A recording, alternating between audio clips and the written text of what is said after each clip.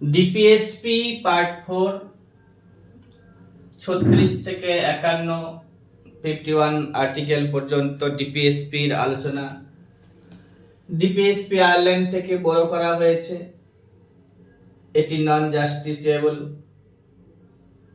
DPSP drafted করেছিলেন ভারতের প্রথম প্রধানমন্ত্রী জওহরলাল নেহেরু। এছাড়াও তিনি ভারতের সংবিধানের প্রস্তাবনাকেও রচনা করেছিলেন। ডিপিএসপি লক্ষ্য ওয়েলফেয়ার স্টেট তৈরি করা, ভারতকে একটি ওয়েলফেয়ার স্টেটে তৈরি করা ডিপিএসপির লক্ষ্য। ডক্টর বি আর আম্বেদকর ডিপিএসপি কে নোবেল ফিচার বলেছিলেন। আমরা ডিপিএসপি কে আয়ারল্যান্ড থেকে নিয়েছি। আয়ারল্যান্ড ডিপিএসপি কে বড় করেছে স্পেন থেকে। ফান্ডামেন্টাল রাইট এর ব্যাপারে আলোচনা করা হয়েছে ভারতের সংবিধানের পার্ট 3-তে 12 থেকে 35 নম্বর আর্টিকেল পর্যন্ত ফান্ডামেন্টাল রাইট সম্পর্কে আলোচনা করা হয়েছে। 32 নম্বর আর্টিকেলটাকে heart and soul of the Indian constitution বলা হয়। ডক্টর বি আর আম্বেদকর এটি বলেছিলেন। এবার আমরা ফান্ডামেন্টাল রাইটকে বড় করেছি ইউএসএ থেকে। সুপ্রিম কোর্ট এবং হাইকোর্টকে গার্জিয়ান বলা হচ্ছে ফান্ডামেন্টাল রাইটের। ন্যাশনাল ইমার্জেন্সির কথা আলোচনা করা হয়েছে 352 নম্বর আর্টিকেলে। এক্সটার্নাল অ্যাগ্রেশন হলে, ওয়ার লাগলে বা আর্মড রেবেলিয়ন দেখা দিলে ন্যাশনাল ইমার্জেন্সি লাগু করা যেতে পারে। স্টেট ইমার্জেন্সির কথা বলা হয়েছে 356 আর্টিকেলে। প্রভিন্সিয়াল ফাইন্যান্সিয়াল ইমার্জেন্সি 360 অর্থাৎ 360 নম্বর আর্টিকেলে আছে উল্লেখ করা। প্রেসিডেন্ট যদি আমাদের দেশের রাষ্ট্রপতি যদি না থাকে তাহলে ভাইস প্রেসিডেন্ট রাষ্ট্রপতি হবে। ভাইস প্রেসিডেন্টও যদি না থাকে তো চিফ জাস্টিস অফ ইন্ডিয়া ভারতের অ্যাক্টিং রাষ্ট্রপতি হবে। আর তিনিও না থাকতে গেলে সিনিয়র মোস্ট জাজেস অফ সুপ্রিম কোর্ট অ্যাক্টিং প্রেসিডেন্টের পদ সামলাবেন। আমাদের 22টি পার্ট রয়েছে মূল সংবিধানে। আমাদের মূল সংবিধানে 22টি ছিল, এখন 25টি পার্ট হয়েছে। হাইকোর্ট রয়েছে আমাদের এখন 25টি। সুপ্রিম কোর্টে জাজেসের সংখ্যা হচ্ছে 34টি, 1 + 33। তারপরে আর্টিকেল বর্তমানে ভারতের সংবিধানে আর্টিকেল 448 আছে, তবে মূল সংবিধানে 395টা ছিল। শিডিউল ছিল 8টা, না এখন 12টা শিডিউল হয়েছে।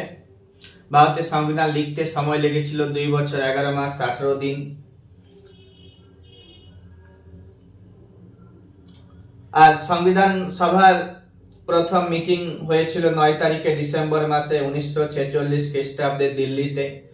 ক্যাবিনেট মিশন ভারতে এসেছিল 1946 খ্রিস্টাব্দে, যার হেড ছিল লর্ড প্যাট্রিক লরেন্স। আর 35 নম্বর সংবিধান সংশোধনীতে সিকিমকে অ্যাসোসিয়েট স্টেট করা হয়েছিল।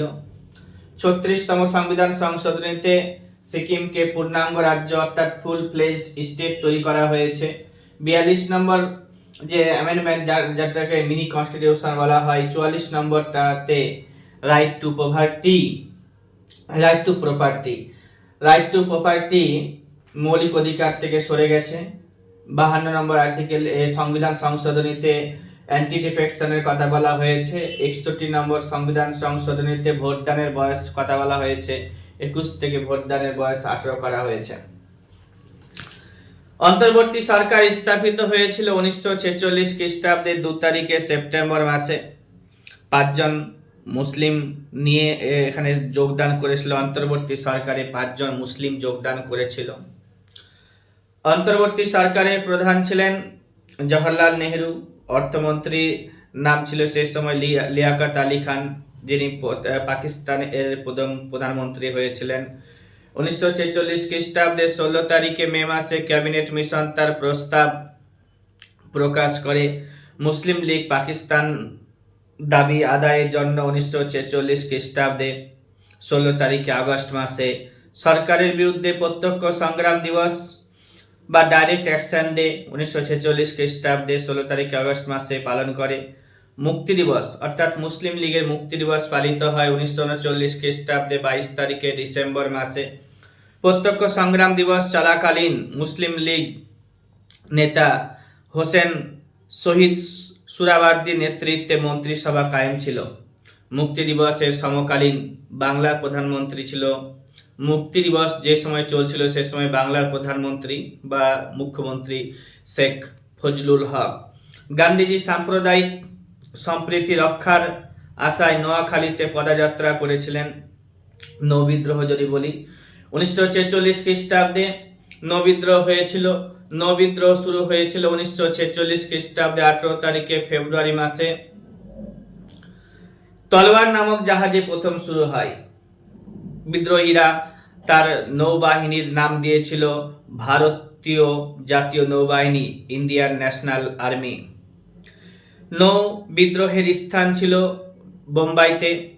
নৌ বিদ্রোহের কর্মাধ্যক্ষ ছিলেন অ্যাডমিরাল গডফ্রে। সর্দার বল্লভভাই প্যাটেলের হস্তক্ষেপে এই বিদ্রোহটা বন্ধ করা হয়েছিল। তাহলে কি হলো, নৌ বিদ্রোহ শুরু হয়েছিল 1946 খ্রিস্টাব্দে 18 তারিখে ফেব্রুয়ারি মাসে। হার মিনিস্ট্রি সার্ভিস অর্থাৎ তলোয়ার নামক জাহাজে প্রথম বিদ্রোহ শুরু হয়েছিল।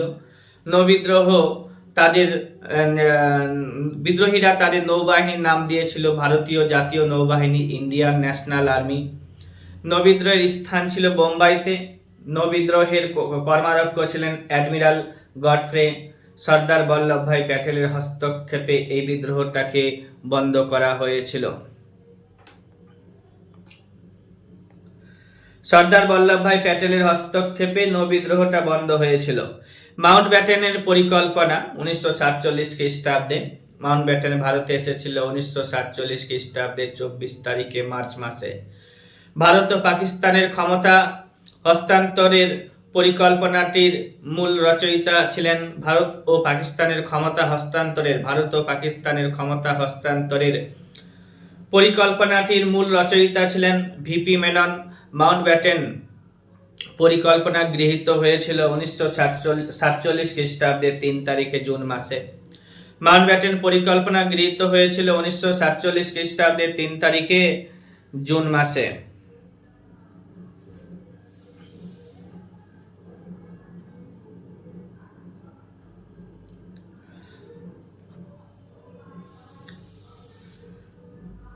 মাউন্টব্যাটেনের ঘোষণা, মাউন্টব্যাটেন প্রস্তাব বা মাউন্টব্যাটেন রোয়েদাদ বা মাউন্টব্যাটেন অ্যাওয়ার্ড নামে পরিচিত ছিল। এবার ভারতের স্বাধীনতা আইন, ইন্ডিয়ান ইন্ডিপেন্ডেন্স অ্যাক্ট 1947 খ্রিস্টাব্দের 18 তারিখে জুলাই মাসে পাস হয়েছিল। ভারতের স্বাধীনতা আইন 1947 খ্রিস্টাব্দের 18 তারিখে জুলাই মাসে পাস হয়েছিল। ভারত বিভাগের ঘোরতর বিরোধী যারা ছিলেন তাদের নাম যদি বলি তো গান্ধীজি, সর্দার বল্লভভাই প্যাটেল, মৌলানা আবুল কালাম আজাদ। গান্ধীজি, সর্দার বল্লভভাই প্যাটেল, মৌলানা আবুল কালাম আজাদ ভারত বিভাগের বিরোধী ছিলেন। জিন্না মাউন্টব্যাটেন ঘোষিত পাকিস্তানকে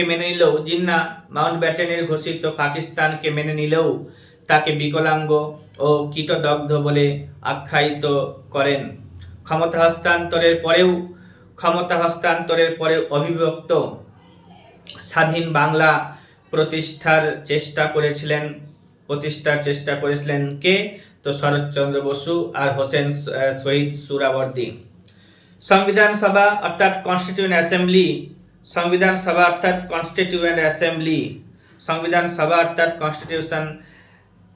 অ্যাসেম্বলি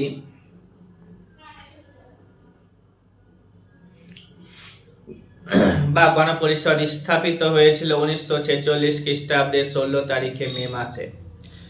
ক্যাবিনেট মিশনের সুপারিশে, যে ক্যাবিনেট মিশনের হেড ছিল Lord Patrick Lawrence, A V Alexander এবং স্যার স্টুয়ার্ট ক্রিপস ছিল আরো দুইজন মেম্বার সদস্য। গণপরিষদের প্রথম বৈঠক বসে 1946 খ্রিস্টাব্দে 9 তারিখে ডিসেম্বর মাসে। স্থায়ী সভাপতি ছিলেন ডক্টর রাজেন্দ্র প্রসাদ আর অস্থায়ী সভাপতি ছিলেন ডক্টর সচ্চিদানন্দ সিনহা। সার্বভৌম গণতান্ত্রিক প্রজাতন্ত্র রূপে ভারত যদি বলি তো পরাধীন ভারতবর্ষের শেষ গভর্নরের নাম ছিল লর্ড মাউন্টব্যাটেন। পরাধীন ভারতবর্ষের শেষ গভর্নরের নাম ছিল লর্ড মাউন্টব্যাটেন। স্বাধীন ভারতের প্রথম গভর্নর জেনারেল ছিলেন লর্ড মাউন্টব্যাটেন। স্বাধীন তথা পরাধীন ভারতের শেষ ইংরেজ গভর্নর ছিল লর্ড মাউন্টব্যাটেন। স্বাধীন তথা পরাধীন ভারতের শেষ ইংরেজ গভর্নরের নাম যদি বলি তো লর্ড মাউন্টব্যাটেন। স্বাধীন ভারতের প্রথম ভারতীয় গভর্নর শ্রী চক্রবর্তী রাজা গোপালাচারী। স্বাধীন ভারতের শেষ গভর্নর শ্রী চক্রবর্তী রাজা গোপালাচারী। স্বাধীন ভারতের প্রথম ভারতীয় গভর্নর বললে চক্রবর্তী রাজা গোপালাচারীর নাম আসবে, আবার স্বাধীন ভারতেরও শেষ গভর্নর বলতে গেলেও চক্রবর্তী রাজা গোপালাচারীর নাম আসবে। ভারতের সংবিধানের খসড়া কমিটি অর্থাৎ ড্রাফটিং কমিটির চেয়ারম্যান ছিলেন ডক্টর বি.আর. আম্বেদকর। স্বাধীন ভারতের সংবিধান গৃহীত হয়েছিল 1949 খ্রিস্টাব্দে 26 তারিখে নভেম্বর মাসে। স্বাধীন ভারতের সংবিধান গৃহীত হয়েছিল 1949 খ্রিস্টাব্দে 26 তারিখে নভেম্বর মাসে। স্বাধীন ভারতের সংবিধান কার্যকর হয়েছিল 1950 খ্রিস্টাব্দে 26 তারিখে জানুয়ারি মাসে। স্বাধীন ভারতের সংবিধান কার্যকর হয়েছিল 1950 খ্রিস্টাব্দে 26 তারিখে জানুয়ারি মাসে। 1947 খ্রিস্টাব্দে 22 তারিখে জুলাই মাসে। 1947 খ্রিস্টাব্দের 22 তারিখে জুলাই মাসে গণপরিষদ কর্তৃক জাতীয় পতাকা অনুমোদিত হয়েছিল। সেই জাতীয় পতাকার রং ছিল ত্রিবর্ণ অর্থাৎ ত্রিবর্ণ রঞ্জিত পতাকা ছিল। সেই জাতীয় পতাকার যদি দৈর্ঘ্য প্রস্থের কথা বলা হয় তো 3:2 অনুপাতে ছিল। পতাকাটির নকশা তৈরি করেছিলেন অন্ধ্রপ্রদেশের একজন ব্যক্তি, নাম ছিল পিঙ্গালি ভেঙ্কাইয়া। পতাকাটির নকশা তৈরি করেছিলেন অন্ধ্রপ্রদেশেরই একজন ব্যক্তি, নাম পিঙ্গালি ভেঙ্কাইয়া। এই যে 3 একক দৈর্ঘ্য আর 2 একক প্রস্থ, এই পতাকাতে 3 একক দৈর্ঘ্য 2 একক প্রস্থ, 24টি দণ্ড এখানে রয়েছে, আর ন্যায় ও ধর্মের প্রতীক। জাতীয় পতাকার রঙের বৈশিষ্ট্য যেটা গাঢ় গেরুয়া, ত্যাগ ও সাহসিকতার প্রতীক। সাদা রং যেটা শান্তি ও সত্যের প্রতীক, আর গাঢ় সবুজ বিশ্বাস ও শৌর্যের প্রতীক বলা হয়। গণপরিষদের শেষ বৈঠক 1950 খ্রিস্টাব্দে 24 তারিখে জানুয়ারি মাসে রবীন্দ্রনাথ ঠাকুরের জনগণ মন অধিনায়ক জয় হে জাতীয় সঙ্গীত হিসেবে গৃহীত হয়েছিল। সেই সময় 1950 খ্রিস্টাব্দে 24 তারিখে জানুয়ারি মাসে রবীন্দ্রনাথ ঠাকুরের জনগণ মন অধিনায়ক জয় হে ভারতের জাতীয় সঙ্গীত হিসেবে গৃহীত হয়। আর 52 সেকেন্ড সময় লাগে গানটি গাইতে, আর প্রথম ও শেষ লাইনের জন্য সময় 20 সেকেন্ড। সংবিধান তৈরি হতে সময় লেগেছিল 2 বছর 11 মাস 18 দিন। পাকিস্তান স্বাধীনতা লাভ করেছিল 1947 খ্রিস্টাব্দে 14 তারিখে অগস্ট মাসে, আর ভারত স্বাধীনতা লাভ করেছিল তার পরের দিন 15 তারিখে অগস্ট মাসে। এবার হচ্ছে কি ওয়াবেল পরিকল্পনা সম্পর্কে জানতে হবে। ওয়াবেল পরিকল্পনা যেটা 1945 খ্রিস্টাব্দের, ওয়াবেল পরিকল্পনা হচ্ছে 1945 খ্রিস্টাব্দের। এই ওয়াবেল পরিকল্পনা যেটা সিমলা প্ল্যান নামেও পরিচিত। ওয়াবেল পরিকল্পনা হচ্ছে 1945 খ্রিস্টাব্দের, এটি সিমলা প্ল্যান নামেও পরিচিত। বড়লাট লর্ড ওয়াবেল এর নামকরণে। বড়লাট লর্ড ওয়াবেল 1945 খ্রিস্টাব্দে 25 তারিখে জুন মাসে সিমলায় কটি সর্বভারতীয় conference, all India party conference এর আহ্বান করেছিল। জিন্না তার পাকিস্তানের দাবিতে অটল থাকায় সিমলা কনফারেন্স ব্যাহত হয়েছিল। জিন্না তার পাকিস্তানের দাবিতে অটল থাকায় ওয়াবেল যে কনফারেন্স হয়েছিল, অল পার্টি কনফারেন্স, এটা ব্যাহত হয়েছিল। ওয়াবেল পরিকল্পনা যেটা 1945 খ্রিস্টাব্দে, তার উদ্দেশ্য ছিল কি সংবিধান প্রণয়ন করা এবং সংবিধান রচিত না হওয়া পর্যন্ত ভারতীয় নেতাদের নিয়ে একটি অন্তর্বর্তী সরকার গঠন করা। সংবিধান প্রণয়ন করতে হবে এবং সংবিধান রচনা যতদিন না হচ্ছে ততদিন পর্যন্ত এই সমস্ত নেতাদেরকে নিয়ে, ভারতীয় নেতাদেরকে নিয়ে কি করতে হবে, একটা ইন্টারিম গভর্নমেন্ট বা অন্তর্বর্তী সরকার গঠন করতে হবে। ক্যাবিনেট মিশন অর্থাৎ মন্ত্রী মিশন যারা এসেছিল 1946 খ্রিস্টাব্দের 24 তারিখে মার্চ মাসে, যার নেতার নাম বলা হলো একটু আগে, লর্ড প্যাট্রিক লরেন্স। তিনি ছিলেন ভারত সচিব। লর্ড প্যাট্রিক লরেন্স ছিলেন সে সময় ভারত সচিব। অন্য দুজন ছিলেন লর্ড স্যার স্টেফার্ড ক্রিপস, সে ছিল ইংল্যান্ডের বাণিজ্য সচিব, এবং এভি আলেকজান্ডার সে নৌ সচিব ছিল।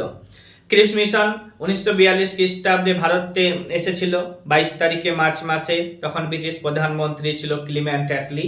এই ক্লিমেন্ট অ্যাটলি শ্রমিক দলের নেতা। মন্ত্রী মিশনের দুটি গুরুত্বপূর্ণ সুপারিশ যদি বলি, তো মন্ত্রী মিশন, এই যে ক্যাবিনেট মিশন মন্ত্রী মিশন এসেছিল, তার দুটি সুপারিশ ছিল, গণপরিষদ তৈরি করতে হবে। সেই গণপরিষদ তৈরি হয়েছিল 1946 খ্রিস্টাব্দে 9 তারিখে ডিসেম্বর মাসে। 2 বছর 11 মাস 18 দিন ধরে এরা সংবিধানকে রচনা করেছে। 22টি পার্ট, 8টি শিডিউল সেই সময় ছিল, 395টা আর্টিকেল ছিল। আগে ছিল 8টি শিডিউল, এখন 8টি শিডিউলের সংখ্যা হচ্ছে 12টি। আর অন্তর্বর্তী সরকার প্রতিষ্ঠা করার জন্য সুপারিশ করেছিল মন্ত্রী মিশন। আর হচ্ছে কি, গণপরিষদ তৈরি করার জন্য সুপারিশ করেছিল মন্ত্রী মিশনের। এগুলো হচ্ছে কাজ।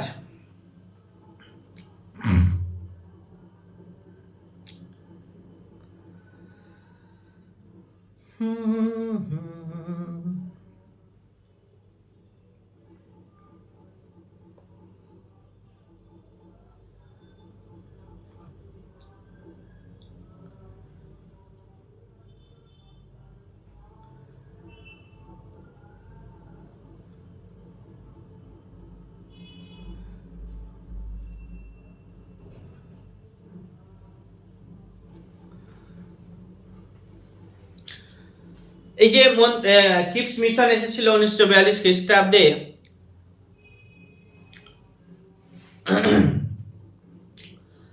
সেই সময় জাপান সম্ভাব্য ভারত আক্রমণ করার চেষ্টা করেছিল, এবং ক্রিপস মিশন ব্যর্থতার জন্য জাতীয় কংগ্রেস এই সময় অর্থাৎ 1942 খ্রিস্টাব্দে 9 তারিখে অগাস্ট মাসে ভারত ছাড়ো আন্দোলন শুরু করেছিল।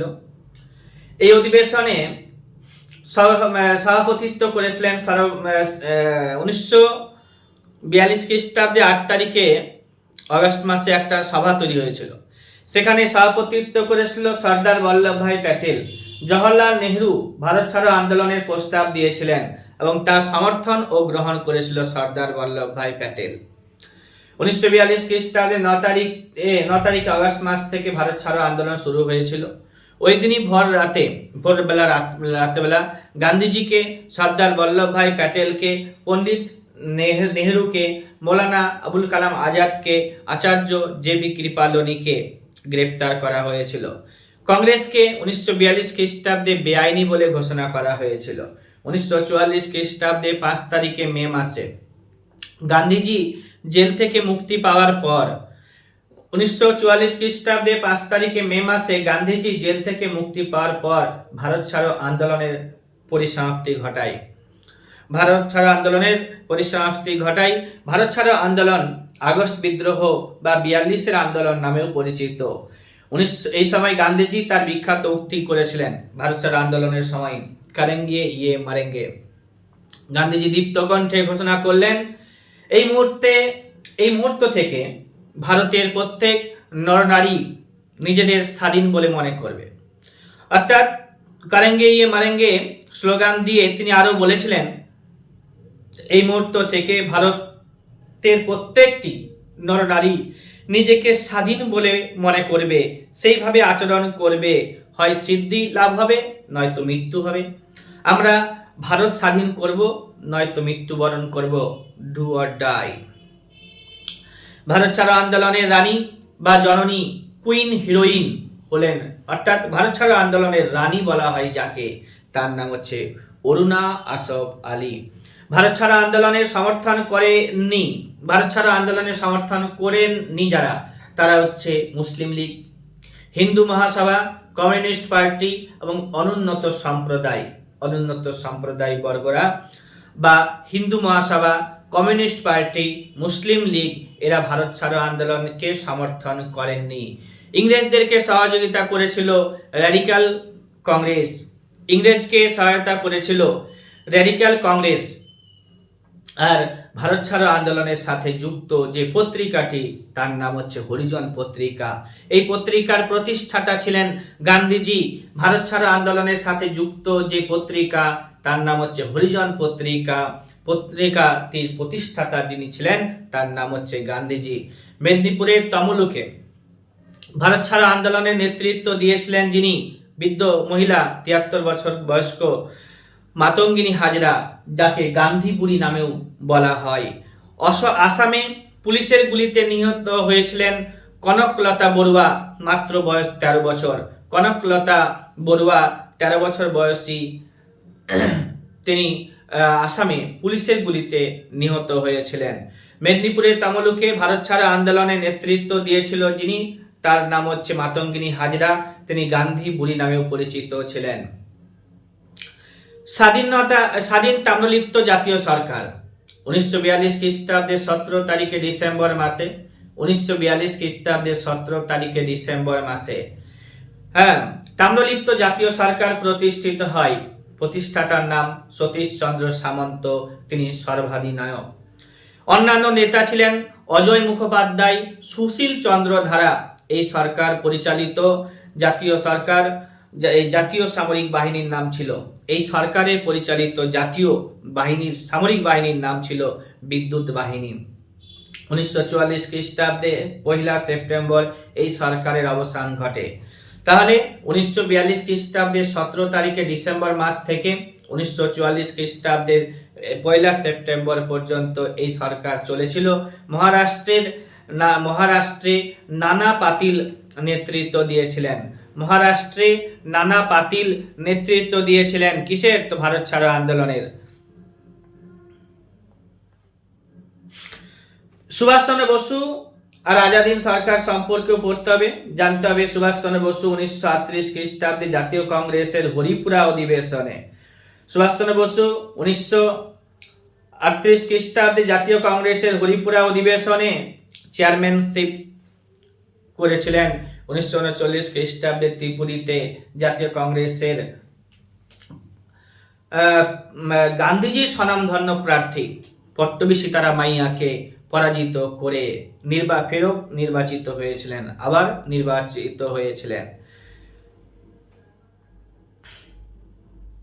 গান্ধীজি বলেছিলেন যে সীতারামাইয়ার ডিফিট হচ্ছে আমার নিজের ডিফিট। তারপরে গান্ধীজি আর ওই জাতীয় কংগ্রেসের সাথে যুক্ত ছিলেন না কিছুদিন সরাসরিভাবে।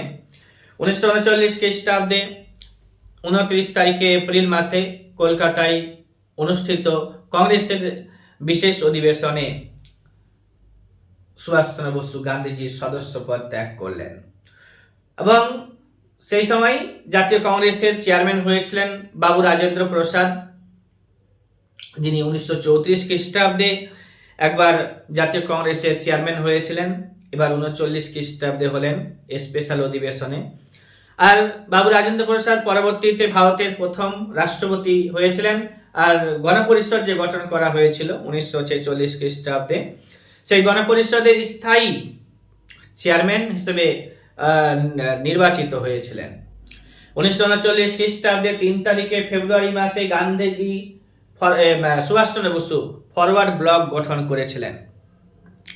1939 খ্রিস্টাব্দে 3 তারিখে ফেব্রুয়ারি মাসে সুভাষচন্দ্র বসু ফরওয়ার্ড ব্লক গঠন করেছিলেন। 1939 খ্রিস্টাব্দে 11 তারিখে অগস্ট মাসে তিনি কংগ্রেসের সঙ্গে অর্থাৎ কংগ্রেসের সাথে সমস্ত রকমের সম্পর্ক ছিন্ন করে ফেলেছিলেন। 1940 খ্রিস্টাব্দে 2 তারিখে জুলাই মাসে 1940 খ্রিস্টাব্দে 2 তারিখে জুলাই মাসে ভারত রক্ষা আইনে সুভাষচন্দ্র বসুকে গ্রেপ্তার করা হয়। 1941 খ্রিস্টাব্দে 17 তারিখে জানুয়ারি মাসে সুভাষ তার এলগিন রোডের বাড়ি থেকে পলায়ন করলেন। জিয়াউদ্দিন নাম নিয়ে পালিয়েছিলেন। তার যাত্রাপথ মোটর যোগে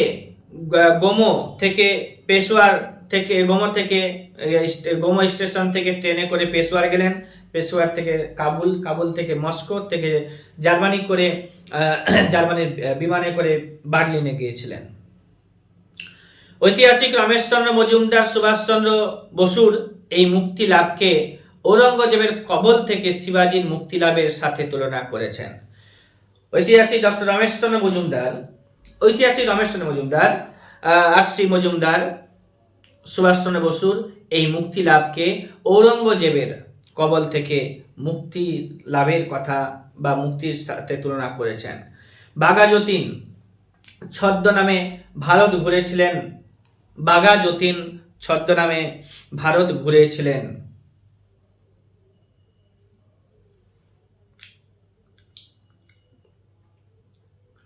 মানে বাঘাযতীন ভুল বললাম, বাঘাযতীন নিরালাম্বা ছদ্মনামে ভারত ঘুরেছিলেন। আর রমেশচন্দ্র মজুমদার বললেন কি, ঔরঙ্গজেবের কবল থেকে শিবাজীর মুক্তি লাভ। রাসবিহারী বসু 1942 সালে স্থাপনা করেছিলেন ভারতের স্বাধীনতা সংঘ। ব্যাংকক থেকে স্থাপিত হয়েছিল সম্মেলনটা। 1942 খ্রিস্টাব্দের 1 সেপ্টেম্বর প্রতিষ্ঠিত হয়েছিল আজাদ হিন্দ বাহিনী, ইন্ডিয়ান ন্যাশনাল আর্মি, আইএনএ তৈরির ধারণা দিয়েছিল যে তার নাম হচ্ছে ক্যাপ্টেন মোহন সিং। আইএনএ তৈরির ধারণা যিনি দিয়েছিলেন তার নাম হচ্ছে ক্যাপ্টেন মোহন সিং। মহিলা বাহিনী, ঝাঁসি বাহিনী নেত্রী ছিলেন লক্ষ্মী স্বামীনাথন বা লক্ষ্মী সাইগল। সুভাষ ব্রিগেডের নেতৃত্ব দিয়েছিলেন শাহ নওয়াজ খান। সুভাষ ব্রিগেড সবার আগে ছিল, মানে গুরুত্বের দিক থেকে। Gandhi brigade, Nehru brigade, Azad brigade ছিল, বিভিন্ন আজাদ ব্রিগেড ছিল, এছাড়া আরো অন্যান্য ব্রিগেড ছিল। টোটাল 6টা ব্রিগেড গঠন করা হয়েছিল। জিএস ধিলন ও পি.কে. সেহগল ছিলেন আজাদ হিন্দ বাহিনীর আরো 2জন বিশিষ্ট সৈন্যাধ্যক্ষ। 1943 খ্রিস্টাব্দে 2 তারিখে জুলাই মাসে সুভাষচন্দ্র বসু সিঙ্গাপুরে আসেন। 1943 খ্রিস্টাব্দে 2 তারিখে জুলাই মাসে সুভাষচন্দ্র বসু সিঙ্গাপুরে আসেন। 1943 খ্রিস্টাব্দে 4 তারিখে জুলাই মাসে রাসবিহারী বসু আনুষ্ঠানিকভাবে সুভাষচন্দ্র বসুর হাতে ভারতীয় স্বাধীনতা সংঘের দায়িত্ব অর্পণ করেছিলেন। এই অনুষ্ঠানে বিশাল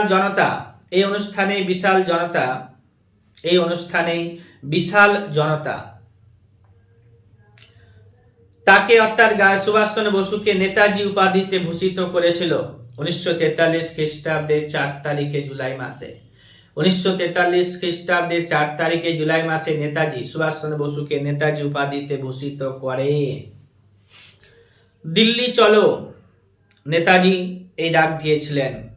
1943 খ্রিস্টাব্দে 25 তারিখে অগাস্ট মাসে 1943 খ্রিস্টাব্দের 25 তারিখে অগাস্ট মাসে নেতাজি আনুষ্ঠানিকভাবে আইএনএ এর দায়িত্ব গ্রহণ করেছিলেন। জয় হিন্দ এই আওয়াজ তুলেছিলেন নেতাজি সুভাষচন্দ্র বসু। 1943 খ্রিস্টাব্দে 21 তারিখে অক্টোবর মাসে 1943 খ্রিস্টাব্দের 21 তারিখে অক্টোবর মাসে আজাদ হিন্দ সরকার গঠিত হয়। আজাদ হিন্দ সরকার গঠিত হয়।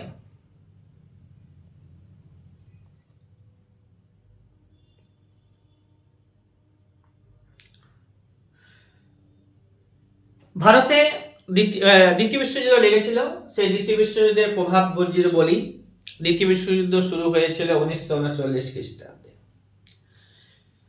সেপ্টেম্বর মাসে। দ্বিতীয় বিশ্বযুদ্ধ চলাকালীন ব্রিটিশ প্রধানমন্ত্রী ছিল উইনস্টন চার্চিল। দ্বিতীয় বিশ্বযুদ্ধেও চলাকালীন ভারতের ভাইসরয় ছিল লর্ড লিনলিথগো। ভারত সচিব ছিল আমেরি।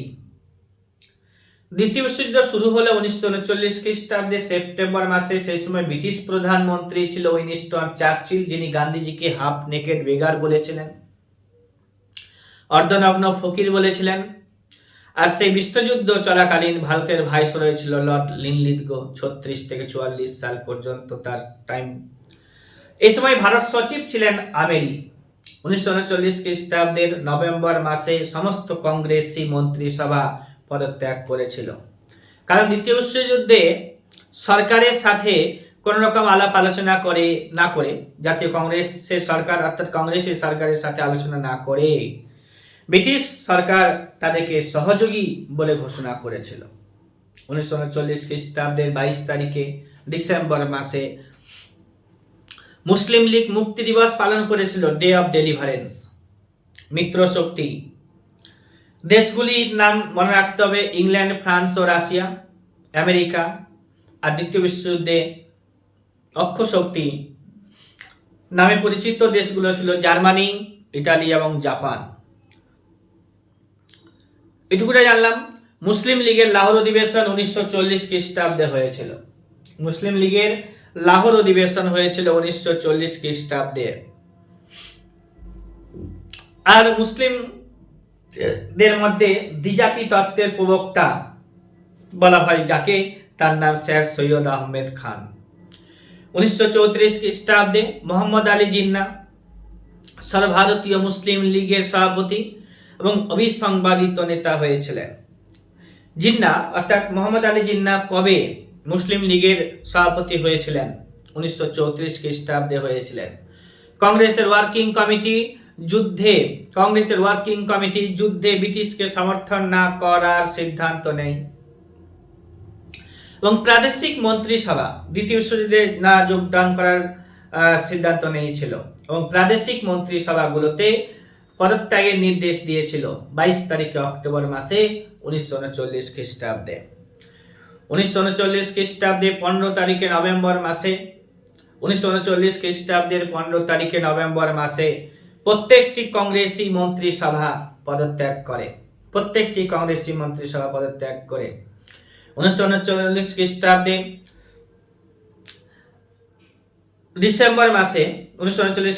ডিসেম্বর মাসে মুসলমানেরা মুক্তি দিবস বা নিষ্কৃতি দিবস পালন করেছে। কংগ্রেসীরা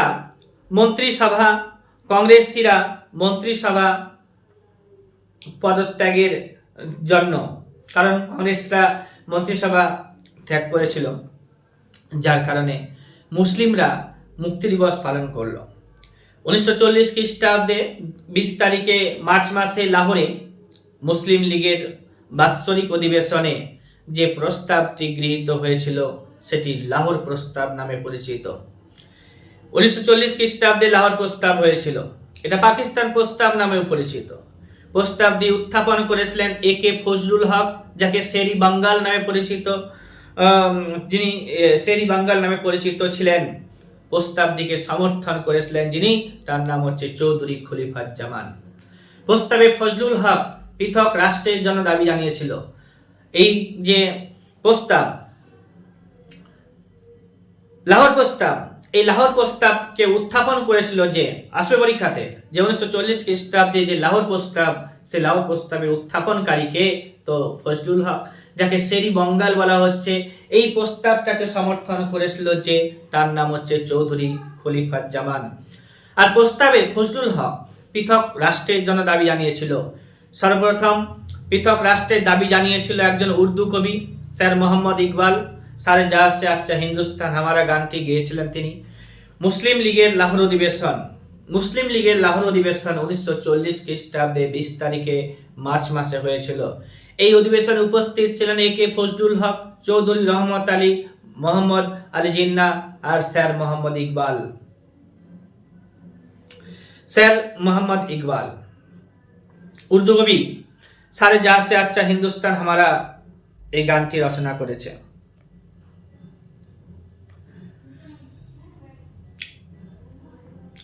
এরপরে আগস্ট প্রস্তাব 1940 খ্রিস্টাব্দে ইংরেজদের তরফ থেকে, লিনলিথগড় প্রস্তাব বলতে পারি। আবার কংগ্রেসের মন্ত্রিসভা পদত্যাগের পর দ্বিতীয় বিশ্বযুদ্ধে ভারতের জলসম্পদ ও অর্থ সম্পদ ব্যবহার করার জন্য ইংরেজরা ভারতীয় নেতৃবৃন্দকে তেল লাগাতে শুরু করে, তোষামত করতে শুরু করে। 1940 খ্রিস্টাব্দের মার্চ মাসে কংগ্রেস বিহারের রামগড় সভায় 1940 খ্রিস্টাব্দের মার্চ মাসে কংগ্রেস বিহারের রামগড় সভায় দ্বিতীয় বিশ্বযুদ্ধে ইংরেজদের সাহায্য করার প্রতিশ্রুতি দিতে রাজি হয়। 1940 খ্রিস্টাব্দের মার্চ মাসে কংগ্রেস বিহারের রামগড় অধিবেশনে দ্বিতীয় বিশ্বযুদ্ধে ইংরেজদেরকে সাহায্য করার প্রতিশ্রুতি দিতে রাজি হয় যদি কেন্দ্রে অস্থায়ী জাতীয় সরকার ইন্টারিম গভর্নমেন্ট গঠন করে দেয়, কিন্তু ইংরেজরা সেটা করতে অস্বীকার করেছিল। এই ঘোষণার প্রস্তাবগুলি হলো আগস্ট প্রস্তাবের যে আগস্ট প্রস্তাব যেগুলো ছিল তাদের যে প্রস্তাবগুলি, ভাইসরয় এক্সিকিউটিভ কাউন্সিলে ভারতীয় সদস্য সংখ্যা বাড়ানো হবে। এই যুদ্ধে অ্যাডভাইসরি কাউন্সিল গঠন করা হবে। যুদ্ধের পরে একটি প্রতিনিধিত্বমূলক সংবিধান তৈরির জন্য সংস্থা নিযুক্ত করা হবে। জাতীয় কংগ্রেস ও মুসলিম লীগ এই প্রস্তাব প্রত্যাখ্যান করেছিল। ক্রিপস মিশন সম্পর্কে একটু বলি। 1942 খ্রিস্টাব্দে আগে আলোচনা করেছি। ক্রিপস মিশন 1942 খ্রিস্টাব্দে এসেছিল ভারতে। ক্রিপস মিশন 1942 খ্রিস্টাব্দে 22 তারিখে মার্চ মাসে 1942 খ্রিস্টাব্দের 22 তারিখে মার্চ মাসে ক্রিপস মিশন ভারতে এসে পৌঁছেছিল।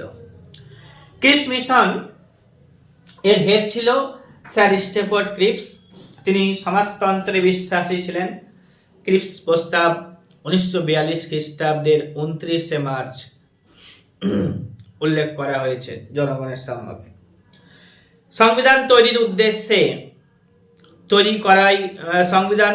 তৈরির উদ্দেশ্য কনস্টিটিউশন মেকিং বডি তৈরি করাই ছিল ক্রিপস মিশনের উদ্দেশ্য। জাতীয় কংগ্রেস ক্রিপস মিশনকে বয়কট করে, কারণ গুরুত্বপূর্ণ পোর্টফোলিও ইংরেজ সরকার নিজের কাছেই রেখে দিয়েছিল। অন্তর্বর্তী সরকার গঠন করতেই চেয়েছিল ক্রিপস মিশন, কিন্তু যে সমস্ত গুরুত্বপূর্ণ পোর্টফোলিওগুলো ইংরেজরা দখল করে রেখেছিল সেগুলো ছাড়ে না, নিজের কাছে রেখেছিল। আর পৃথক রাষ্ট্রের উল্লেখ না থাকায় মুসলিম লীগও ক্রিপস প্রস্তাবকে বয়কট করেছিল 1942 খ্রিস্টাব্দে 29 তারিখে মার্চ মাসে। গান্ধীজি ক্রিপস প্রস্তাবকে একটি ফেল পড়া ব্যাংকের cheque, a post dated cheque on a crashing bank বলে উল্লেখ করলেন। 1942 খ্রিস্টাব্দে 11 তারিখে এপ্রিল মাসে স্যার স্টেফোর্ড ক্রিপস তার প্রস্তাব প্রত্যাহার করেন।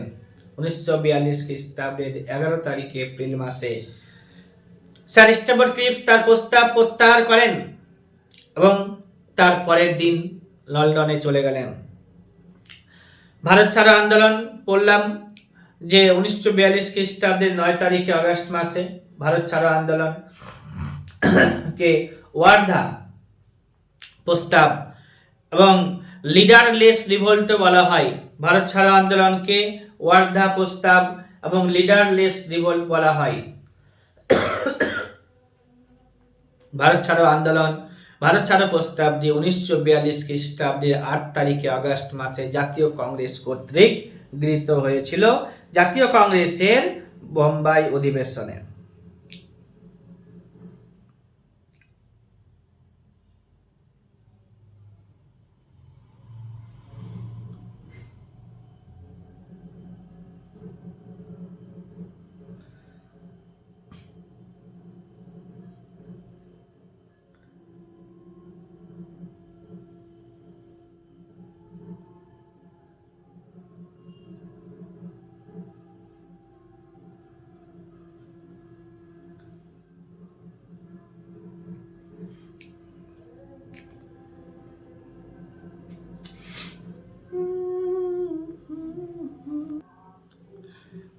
এবার একটু সাইমন কমিশন সম্পর্কে আলোচনা করি। এই সাইমন কমিশন তৈরি করা হয়েছিল 1927 খ্রিস্টাব্দে। সাইমন কমিশন তৈরি করা হয়েছিল 1927 খ্রিস্টাব্দে। সাইমন কমিশন ভারতে আসে 1928 খ্রিস্টাব্দে এবং সাইমন কমিশন তার রিপোর্ট পেশ করেছিল 1930 খ্রিস্টাব্দে। এই সাইমন কমিশন 1928 খ্রিস্টাব্দে 3 তারিখে ফেব্রুয়ারি মাসে ভারতে প্রবেশ করে মুম্বাই দিয়ে। সে সময় 50,000 জনগণ হাজির হয় মুম্বাইতে সাইমন গো ব্যাক স্লোগান দিয়ে। সাইমন গো ব্যাক স্লোগান নারা ছিল বা স্লোগান ছিল সাইমন গো ব্যাক। কালো পতাকার বিক্ষোভ দেখানো হয়েছিল সারা ভারত জুড়ে। সাইমন গো ব্যাক স্লোগান মুখরিত হয়েছিল। সাইমন কমিশন একটি বিধিবদ্ধ সংস্থা বা বিধিবদ্ধ কমিশন, আর এটা তৈরি করেছিল ব্রিটিশ গভর্নমেন্ট 1927 খ্রিস্টাব্দে 8 তারিখে নভেম্বর মাসে। এই কমিশন ভারতে এসেছিল 1928 খ্রিস্টাব্দে 3 তারিখে ফেব্রুয়ারি মাসে এবং তারা রিপোর্ট বললাম 30 সালে পেশ করেছিল। সাইমন কমিশনের টোটাল মেম্বার ছিল 7 জন এবং 7 জনের মধ্যে 7 জনই ছিল ব্রিটিশ মেম্বার। তাদের মধ্যে স্যার জন সাইমন ছিলেন হেড। এই sir John Simon liberal party থেকে বিলং করেছিল আর সেখানকার বুদ্ধিজীবী এবং আইনজ্ঞ হিসেবে পরিচিত। এছাড়া ক্লিমেন্ট অ্যাটলি সহ আরো একজন ছিল লেবার পার্টি থেকে। Simon Commission sir John Simon হচ্ছে Liberal Party, Clement Attlee Labour Party থেকে, যিনি পরবর্তীতে ভারতে ইংল্যান্ডের প্রধানমন্ত্রী হয়েছিলেন যে সময় ভারত স্বাধীনতা লাভ করেছিল অর্থাৎ 1947 খ্রিস্টাব্দে এই সময়টাতে। এছাড়া 4 জন মেম্বার ছিল কনজারভেটিভ পার্টি থেকে।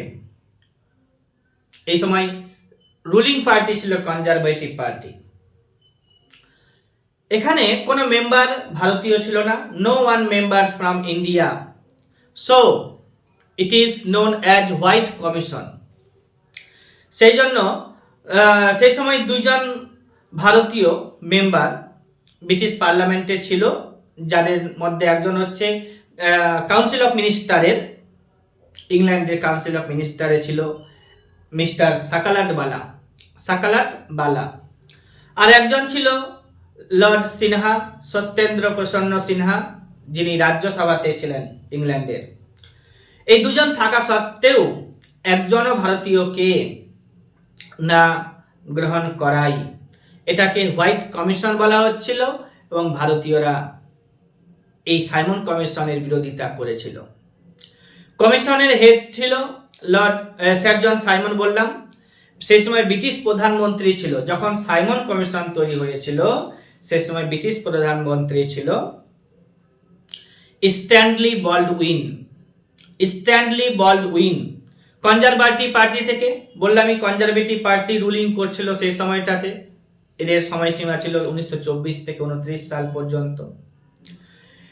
সেই সময় ভারত সচিব ছিল বার্কেনহেড, অনেকে বিরকেনহেডও বলে, কনজারভেটিভ পার্টির। এই কমিশন দাবি জানিয়েছিল, এই কমিশন অর্থাৎ সাইমন কমিশনের দাবি জানিয়েছিল লর্ড রিডিং, যে ভারতে 1921 থেকে 26 সাল পর্যন্ত ছিল। তবে সাইমন কমিশন নামকরণ করেনি, তবে একটা কমিশন দাবি করেছিল। কমিশন তৈরি হয়েছিল লর্ড আরউইনের সময়ে। লর্ড আরউইন ভারতে 1926 থেকে 1931 সাল পর্যন্ত ভারতে ছিল। এই লর্ড আরউইনের সময়ে ভারতের রাজধানী দিল্লি থেকে নয়াদিল্লি তৈরি করা হয়েছিল। আর লর্ড রিডিং হচ্ছে লিবারাল পার্টির ছিল, আরউইন কিন্তু কনজারভেটিভ পার্টির। লর্ড রিডিং হচ্ছে লিবারাল পার্টির, আরউইন হচ্ছে কিন্তু কনজারভেটিভ পার্টির। এই কমিশনকে সমর্থন জানিয়েছিল, অর্থাৎ সাইমন কমিশনকে সমর্থন জানিয়েছিল মুসলিম লীগ, জাস্টিস পার্টি, মাদ্রাজের জাস্টিস পার্টি আর ইউনিয়নিস্ট পার্টি সাইমন কমিশনের সমর্থন জানিয়েছিল। সাইমন কমিশনকে বিরোধিতা করবে কংগ্রেস করবে, এবং মুসলিম লীগ করেছিল। মুসলিম লীগ সেই সময় ভাগ ছিল, যেই দলটাকে জিন্না সামলাতো সেটা বিরোধিতা করেছিল, আর হিন্দু মহাসভা সাইমন কমিশনের বিরোধিতা করেছিল। লালাজিকে মারার নির্দেশ দিয়েছিল। সাইমন কমিশনের বিরোধিতা করতে গিয়ে লালা লাজপত রায় মারা গিয়েছিলেন।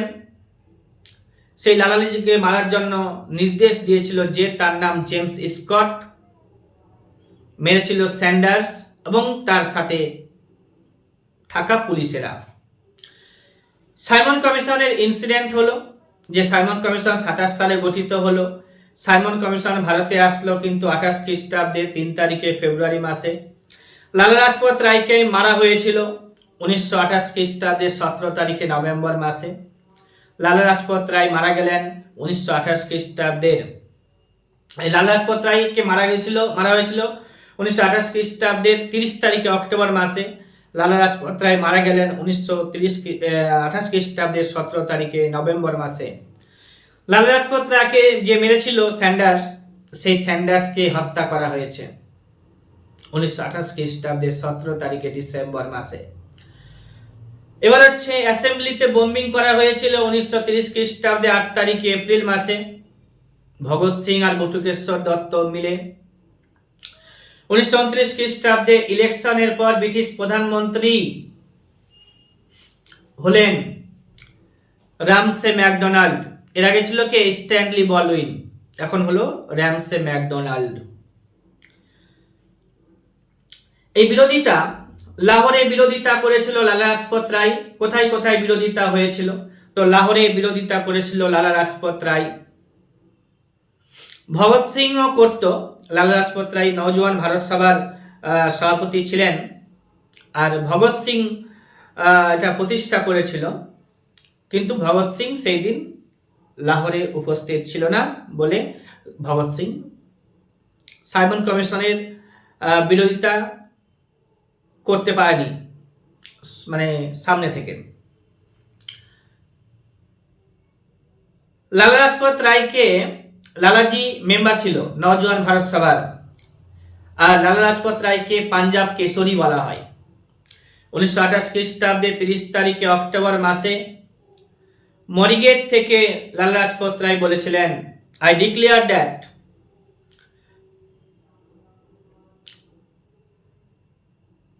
that the blow struck at me today will be the last nail in the coffin of the British rule in India.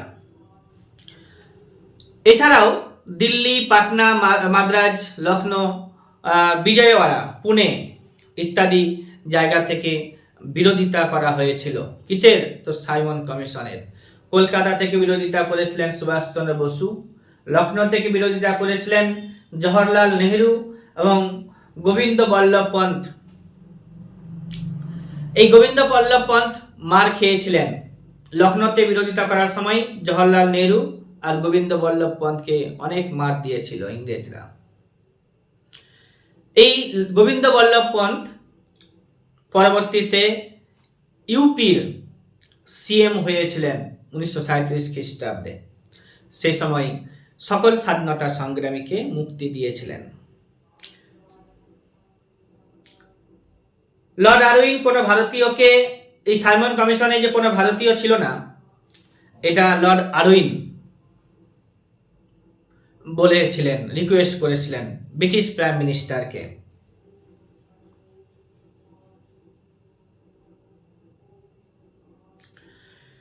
এই 1919 খ্রিস্টাব্দে যে আইন পাস হয়েছিল মন্টেগু চেমস্ফোর্ড শাসন সংস্কার আইন, সেটাকে পর্যবেক্ষণ করার জন্য এবং ভারতের ভবিষ্যৎ শাসনতান্ত্রিক সংস্কার সম্পর্কে প্রস্তাব দেওয়ার জন্য 10 বছর পরে একটা কমিশন গঠন করার কথা ছিল।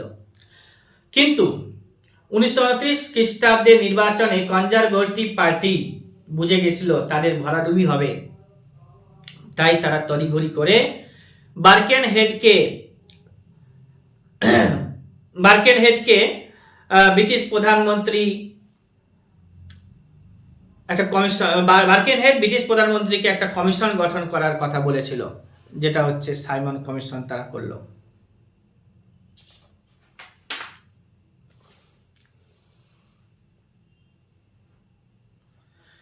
উনিশশো উনিশ খ্রিস্টাব্দের রাওলাট আইন এবং জালিয়ানওয়ালাবাগের হত্যাকাণ্ড যেমন ভারতে প্রবল ঝড়ের সূচনা করেছিল, 1919 খ্রিস্টাব্দের রাওলাট আইন এবং জালিয়ানওয়ালাবাগের হত্যাকাণ্ড যেমন ভারতে প্রবল ঝড়ের সূচনা করেছিল, ঠিক তেমনি 1927 খ্রিস্টাব্দের এই সরকারি ঘোষণা ভারতের জনমানসে প্রবল ঝড়ের সূচনা করেছিল। দেশ জুড়ে প্রবল আন্দোলন দেখা দিয়েছিল। অধ্যাপক এবি কিথ এর ভাষায় জওহরলাল নেহরু এবং সুভাষচন্দ্র বসুর নেতৃত্বে পরিচালিত যুব আন্দোলনে শঙ্কিত হয়ে নির্ধারিত সময়ের পূর্বেই সাইমন কমিশন তৈরি করা হয়েছিল। প্রতিক্রিয়া অল হোয়াইট কমিশন থাকায়, অর্থাৎ সাদা কমিশন থাকায় ভারতীয় নেতারা জাতীয় অপমান বলে মনে করে। ভারতীয়দের সংবিধান তৈরির দায়িত্ব একমাত্র ভারতীয়দেরই। যে সমস্ত পার্টিগুলোর কথা বললাম, সেই সমস্ত সকল পার্টিগুলো কেউ কেউ সমর্থন বা বিরোধিতা করেছিল এবং বয়কটের আহ্বান জানিয়েছিল।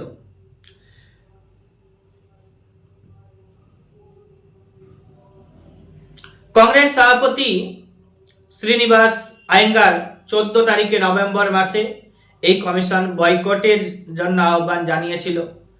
তিনি 3টি কারণ দেখিয়েছিলেন। ভারতের জন্য সংবিধান রচনার অধিকারী কে, তো নাম বলে দিচ্ছে একবার আরো, যে শ্রীনিবাস আয়েঙ্গার সেই সময় জাতীয় কংগ্রেসের সভাপতি ছিলেন। তিনি 14 তারিখে নভেম্বর মাসে আহ্বান করলেন, বয়কটের আহ্বান।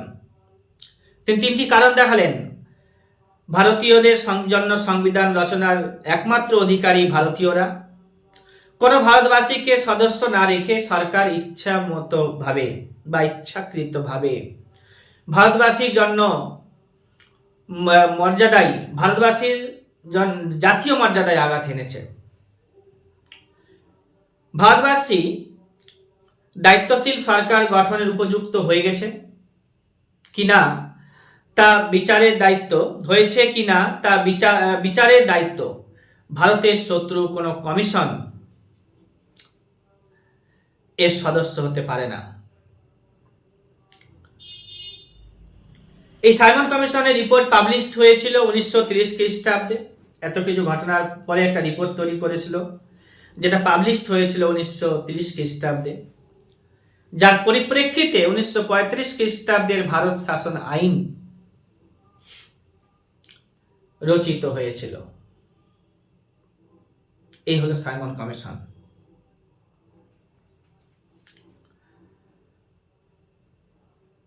এই সাইমন কমিশন চলাকালীন,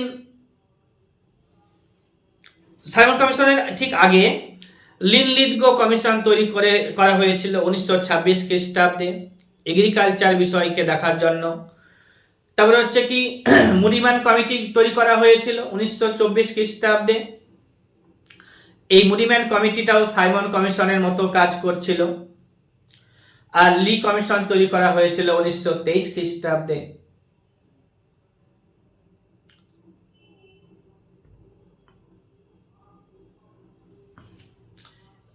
এই কমিশন 3টা তৈরি করা হয়েছিল।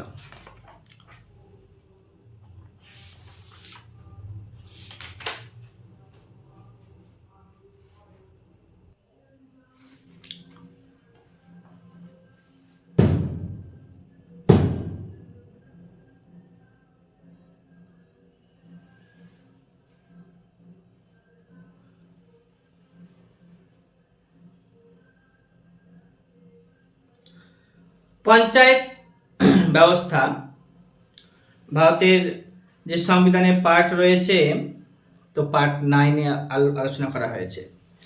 ডিপিএসপিতেও পঞ্চায়েতের ব্যাপার আলোচনা করা হয়েছে 40 নম্বর আর্টিকেলে। রাজ্যসভার আইন বন্টন, রাজ্যসভাতে যে আইন আসন বন্টন, সেটা 4 নম্বর শিডিউলে উল্লেখ করা হয়েছে। টোটাল 12টা শিডিউল আছে। 8ম শিডিউলে ভাষা আছে। 9ম শিডিউল যেটা আছে সেখানে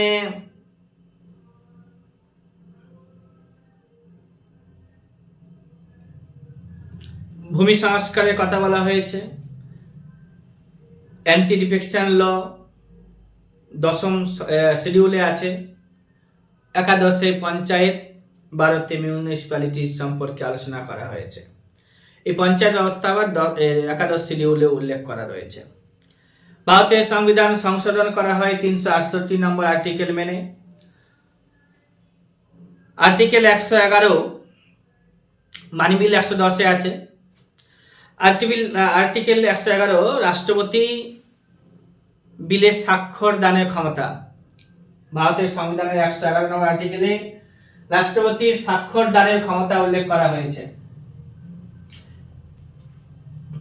তারপরে হচ্ছে তোমার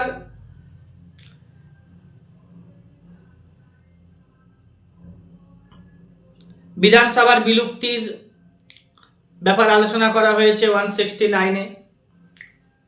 রাজ্যপালের নিয়োগ 155 আর্টিকেলে। জাতীয় জরুরি অবস্থার সময় 20 ও 21 নম্বর আর্টিকেল সাসপেন্ড হয় না, বাকিগুলো হয়। 19 নম্বর অটোমেটিক্যালি সাসপেন্ডেড হয়। মানি বিল 110 নম্বরে আছে। 11 শিডিউলে পঞ্চায়েত আছে বললাম। রাষ্ট্রপতির অধ্যাদেশ জারি করার ক্ষমতা 123 নম্বরে আছে, আর উপরাষ্ট্রপতির 213 নম্বরে আছে। রাজ্যপাল 164 নম্বর ধারার বলে মুখ্যমন্ত্রীকে নিয়োগ করেন। ডক্ট্রিন অফ লিজার, এটা 310 নম্বর আর্টিকেলে রয়েছে। ইউপিএসসির ব্যাপারে আলোচনা করা হয়েছে 315 নম্বর আর্টিকেলে। লোকসভায় SC/ST-দের জন্য আসন সংরক্ষণ আলোচনা করা হয়েছে 330 নম্বর আর্টিকেলে। অর্থ কমিশন তৈরি করা হয় 280 নম্বর আর্টিকেলে। ওবিসিদের জন্য সংরক্ষণ পার্ট 15 নম্বর আর্টিকেলের 4-এ আর 16 নম্বর আর্টিকেলের 4 নম্বর ধারাতে উল্লেখ করা হয়েছে। আর ড্রাফটিং কমিটির চেয়ারম্যান ছিলেন ডক্টর BR আম্বেদকর। রাষ্ট্রপতির ক্ষমা প্রদান করার অধিকার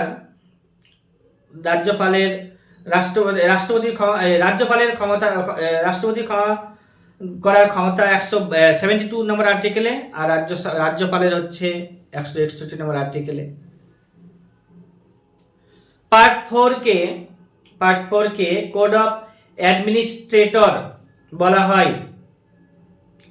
chief election commissioner can be remove from his office under article 324, এটা বলা হয়েছে।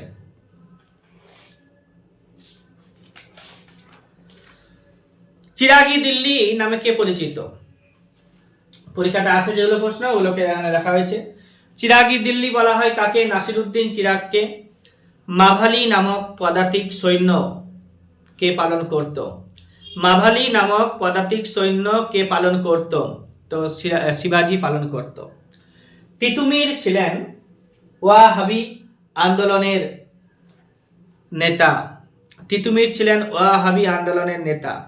মুন্ডা বিদ্রোহ 1899 থেকে 1900 সাল পর্যন্ত সংঘটিত হয়েছিল।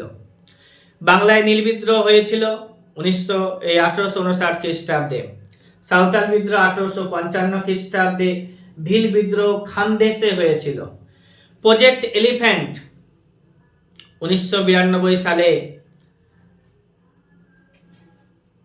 পাস হয়েছিল। লোয়েস্ট লিটারেসি রেট পশ্চিমবঙ্গের মধ্যে উত্তর দিনাজপুরে। আর percentage of forest land in West Bengal. আচ্ছা, পশ্চিমবঙ্গে 20.5% ফরেস্ট রয়েছে। ভারত মহাসাগরে সুন্দা খাত রয়েছে। সাইলেন্ট ভ্যালি কেরালাতে রয়েছে। ওয়াইল্ড লাইফ প্রোটেকশন অ্যাক্ট 1972 খ্রিস্টাব্দে পাস হয়েছিল। সিন্ধু সাগর দোয়াব, এটা ঝিলাম, চেনাব ও সিন্ধু নদীর মাঝে রয়েছে। যোগ জলপ্রপাত সরাবতী নদীতে রয়েছে। East Kolkata wetland where East Kolkata wetlands were designed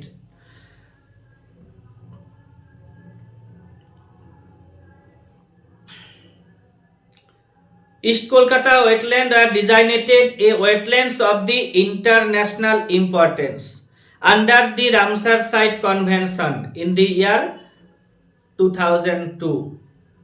Nepanagar মধ্যপ্রদেশে রয়েছে, নিউজপ্রিন্ট উৎপাদনের জন্য বিখ্যাত।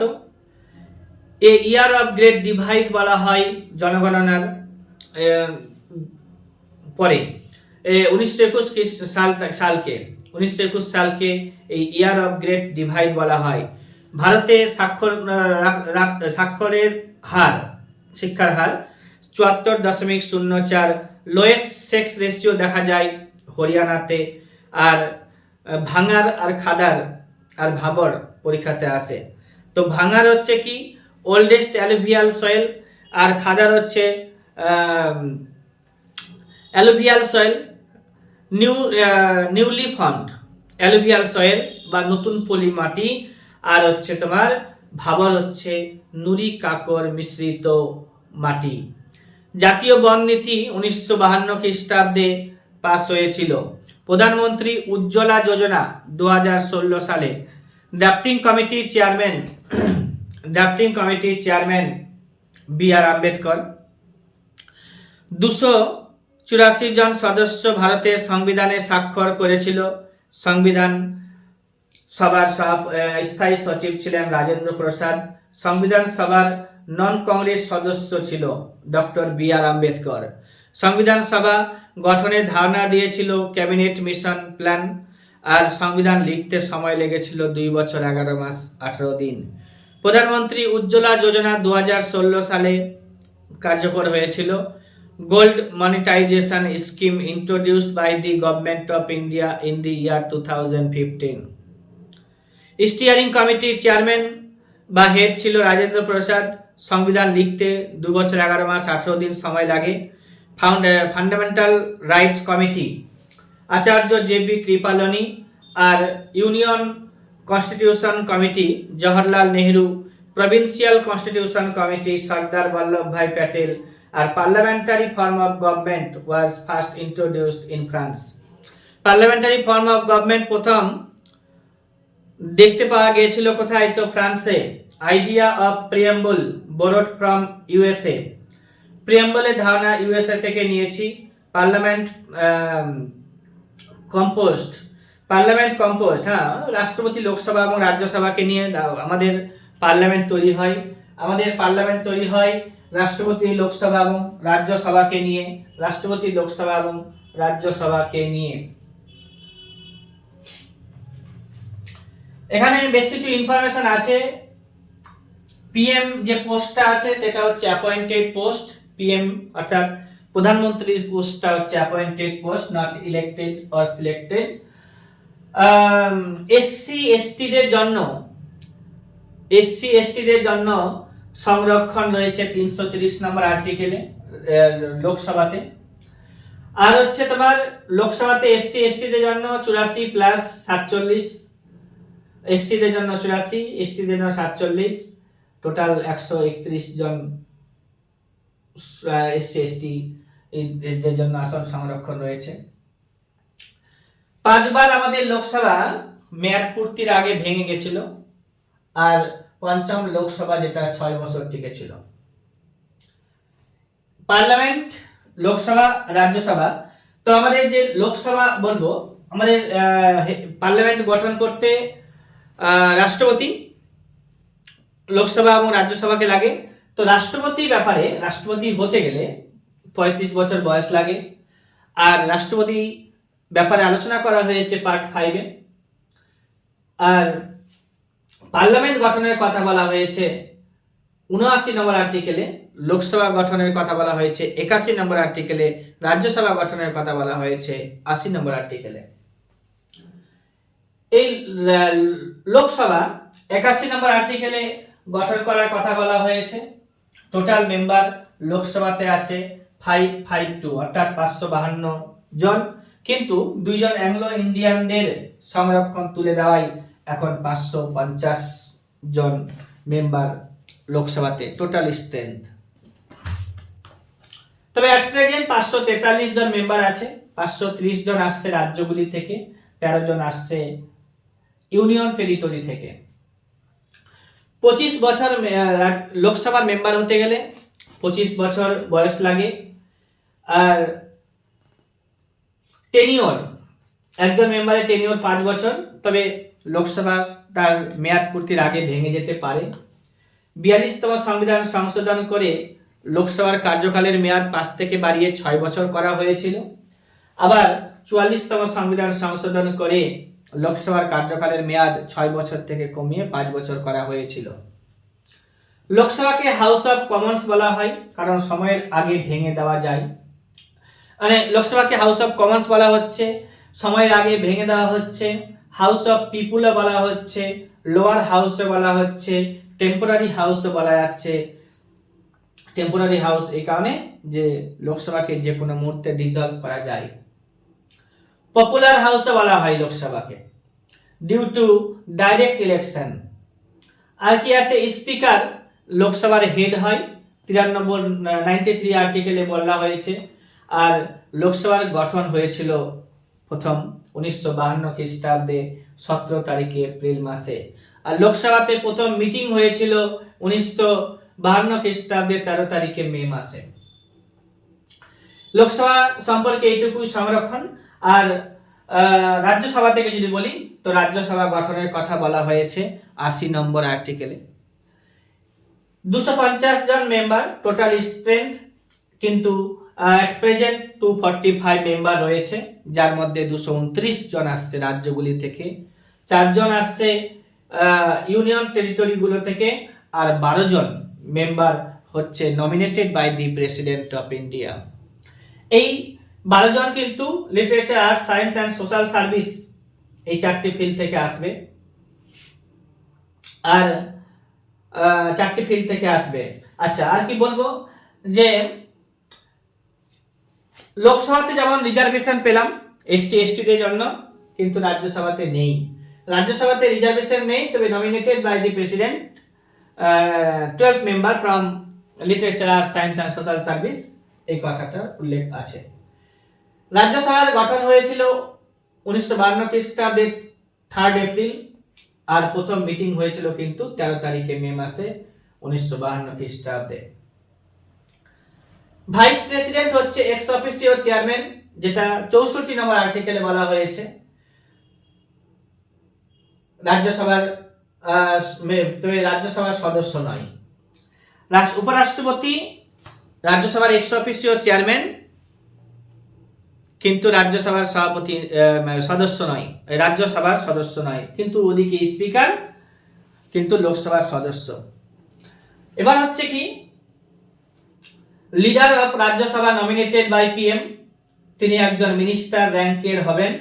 অপোজিশন লিডার হতে হলে 10% সংরক্ষণ লাগবে, 1970 সাল থেকে এটা করা হয়েছে। আর লোকসভার ক্ষেত্রেও 10% সংরক্ষণ লাগে কোরাম তৈরি করতে গেলে বা অপোজিশন লিডার হতে গেলে। এবার হচ্ছে আদার্স নেম, রাজ্যসভার council of state, parliamentary house, permanent house, elder house, upper house, আর minimum age to become a member of Rajya Sabha 30 years, and minimum age to become a member of Lok Sabha 25 years. Chairman of Lok Sabha is Speaker, and Chairman of Rajya Sabha Vice President. Ex officio Chairman.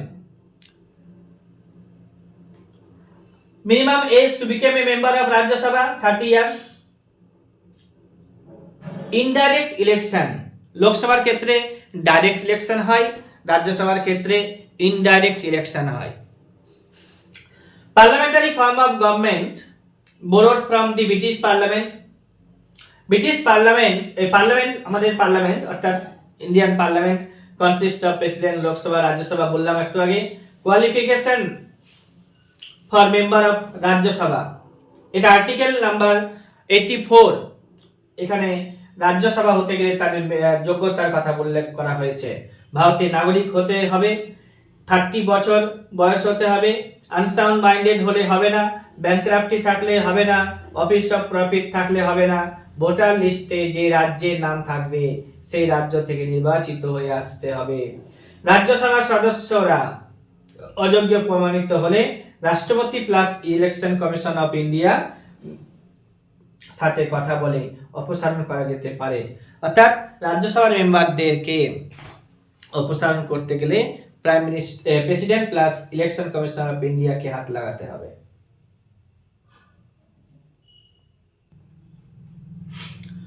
যুগ্ম তালিকার ধারণা এসেছে Australia থেকে, DPSP ধারণা এসেছে Ireland থেকে। ভারতের সংবিধানের কোথাও ফেডারাল কথাটির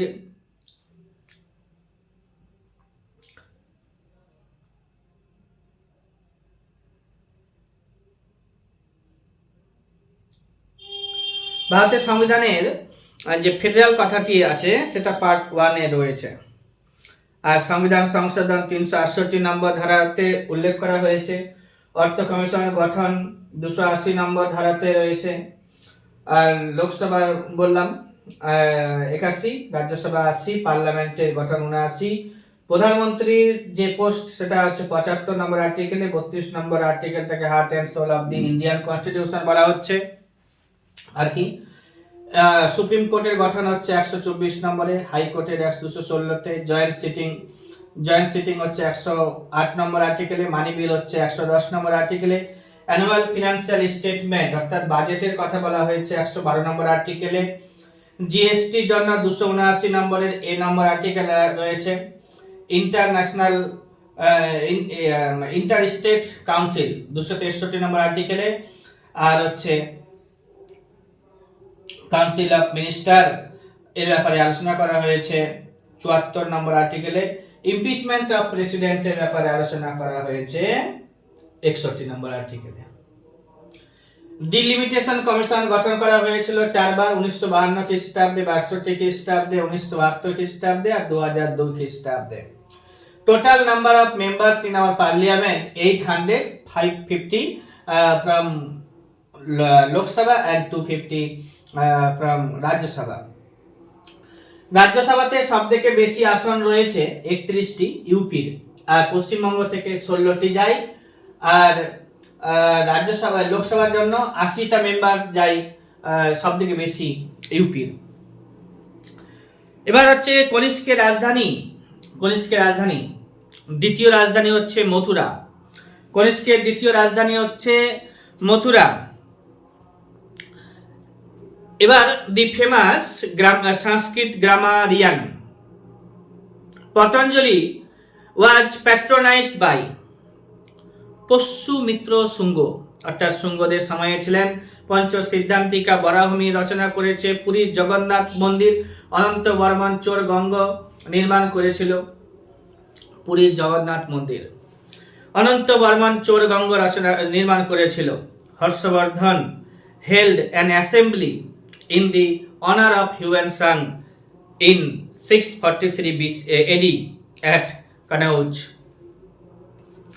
হর্ষবর্ধন হিউয়েন সাং এর সম্মানে কনৌজে 643 খ্রিস্টাব্দে একটি অ্যাসেম্বলি সভার আয়োজন করেছিল।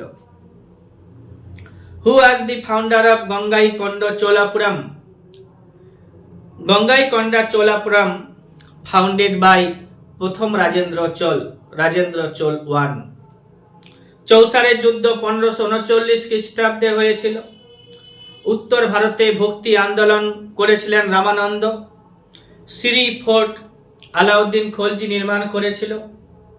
Chief election commissioner was appointed by the president. ইংল্যান্ডে ইস্ট ইন্ডিয়া কোম্পানি স্থাপিত হয়েছিল 1600 খ্রিস্টাব্দে। অষ্টম তপশিলে 22টি ভাষার কথা উল্লেখ করা রয়েছে। Largest committee of parliament is estimates committee. Largest committee in our parliament estimate committee. PAC আর এস্টিমেট কমিটি দুটো কমিটি রয়েছে পার্লামেন্টে, আরও রয়েছে। তো প্যাক আর এস্টিমেট কমিটি ইম্পর্টেন্স বেশি। Public accounts committee PAC. বিরোধী দলের নেতা এখানকার চেয়ারম্যান হয়, প্যাকের চেয়ারম্যান হয়। Total member of PAC 22, 15 members from Lok Sabha and 7 members from Rajya Sabha. Estimate committee, the largest committee in our parliament, and the total strength of estimate committee 30. All members are from Lok Sabha. রাজ্যপালের ক্ষমা প্রদর্শন করার ক্ষমতা 161 নম্বর ধারাতে উল্লেখ করা রয়েছে। আনটাচেবিলিটির সম্পর্কে আলোচনা করা হয়েছে 17 নম্বর আর্টিকেলে। এখানে পড়তে হবে 15 নম্বর আর্টিকেল, যেখানে জাতি, ধর্ম, বর্ণ, স্ত্রী, পুরুষ ও বাসস্থান এই 5টি বিষয়ে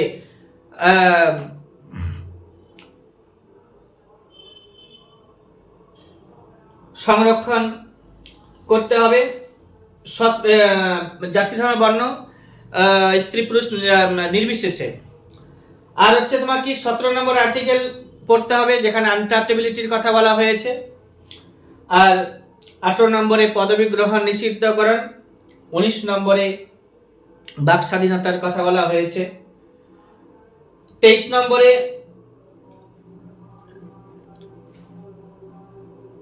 পাচার এর কথা উল্লেখ করা রয়েছে। 24 নম্বরে শিশু শ্রম, 14 বছরের কম বয়স্ক শিশুদের কলকারখানা, খনি বা অন্যান্য কোনো বিপজ্জনক কাজে নিয়োগ করা নিষিদ্ধ করা বলা হয়েছে। 27 নম্বর আর্টিকেলে বলা হয়েছে ধর্মীয় কারণে ট্যাক্স দিতে বাধ্য করা যাবে না। 32 নম্বর আর্টিকেলকে জানো, heart and soul of the Indian constitution বলা হচ্ছে।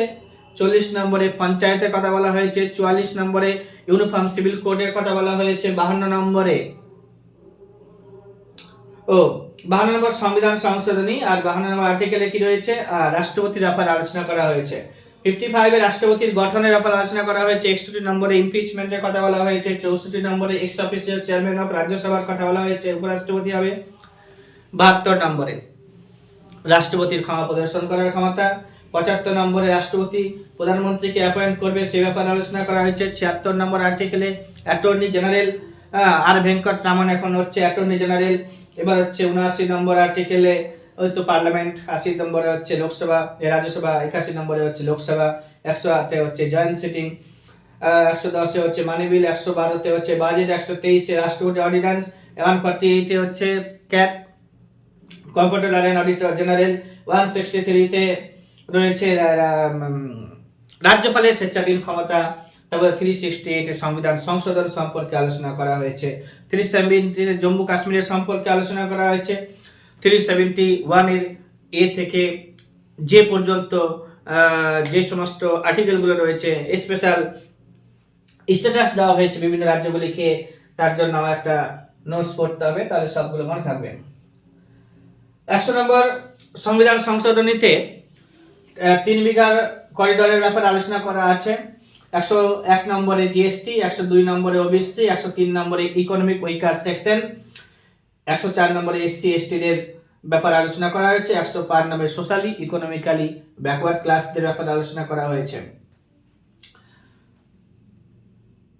প্রিয়াম্বল মাত্র একবার সংশোধনী করা হয়েছে 1976 খ্রিস্টাব্দে 42তম সংবিধান সংশোধনের সময়। এখানে 3টা শব্দ যোগদান করা হয়েছিল।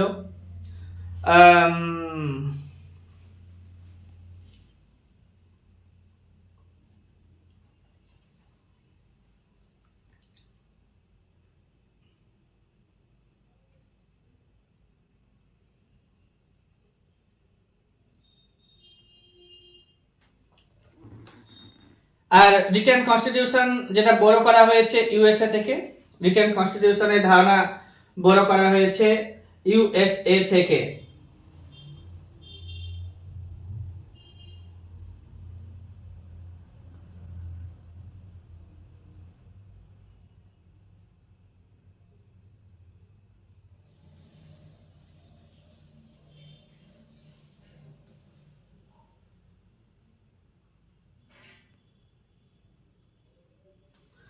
তো প্রিয়াম্বলে যে সংশোধন করা হলো একবার 1900, এখানে সবেরিন সোশ্যালিস্ট, আর একটা হচ্ছে তোমার ইন্টিগ্রিটি, তিনটা শব্দ যোগদান করা হয়েছে। আচ্ছা, এগুলো লাগবে। 64 সালে যুদ্ধ গেল। আচ্ছা, ইংল্যান্ডে ইস্ট ইন্ডিয়া কোম্পানি তৈরি হয়েছিল 1600 খ্রিস্টাব্দে। Largest committee of parliament estimate committee, রাজ্যপালের ক্ষমা প্রদর্শন করার ক্ষমতা 161 নম্বরে আছে। ফান্ডামেন্টাল ডিউটিস, হ্যাঁ, এই যে ফান্ডামেন্টাল ডিউটিস মূল সংবিধানে ছিল না। 1976 খ্রিস্টাব্দে 42তম সংবিধান সংশোধনের সময় সরণ সিং কমিটির সুপারিশে ফান্ডামেন্টাল ডিউটিস গুলোকে যোগদান করা হয়েছে। এখন বর্তমানে 11টি ফান্ডামেন্টাল ডিউটিস রয়েছে। এই ফান্ডামেন্টাল ডিউটিস আমরা নিয়েছি ইউএসএসআর থেকে। আচ্ছা, ইউনিফর্ম সিভিল কোড বললাম, যেটা হচ্ছে 44 নম্বর আর্টিকেলে রাইট টু ওয়ার্কের কথা বলা হয়েছে। 41 নম্বর আর্টিকেলে equal justice for free legal aid, 39 নম্বরের এ নম্বর আর্টিকেলে।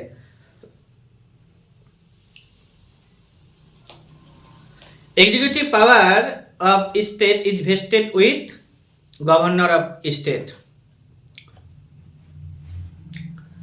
মেট্রো রেল প্রথম কলকাতাতে, দিল্লিতে 2002 সালে, আর হচ্ছে ব্যাঙ্গালোরে 2011 সালে, মুম্বাইতে 2014 সালে।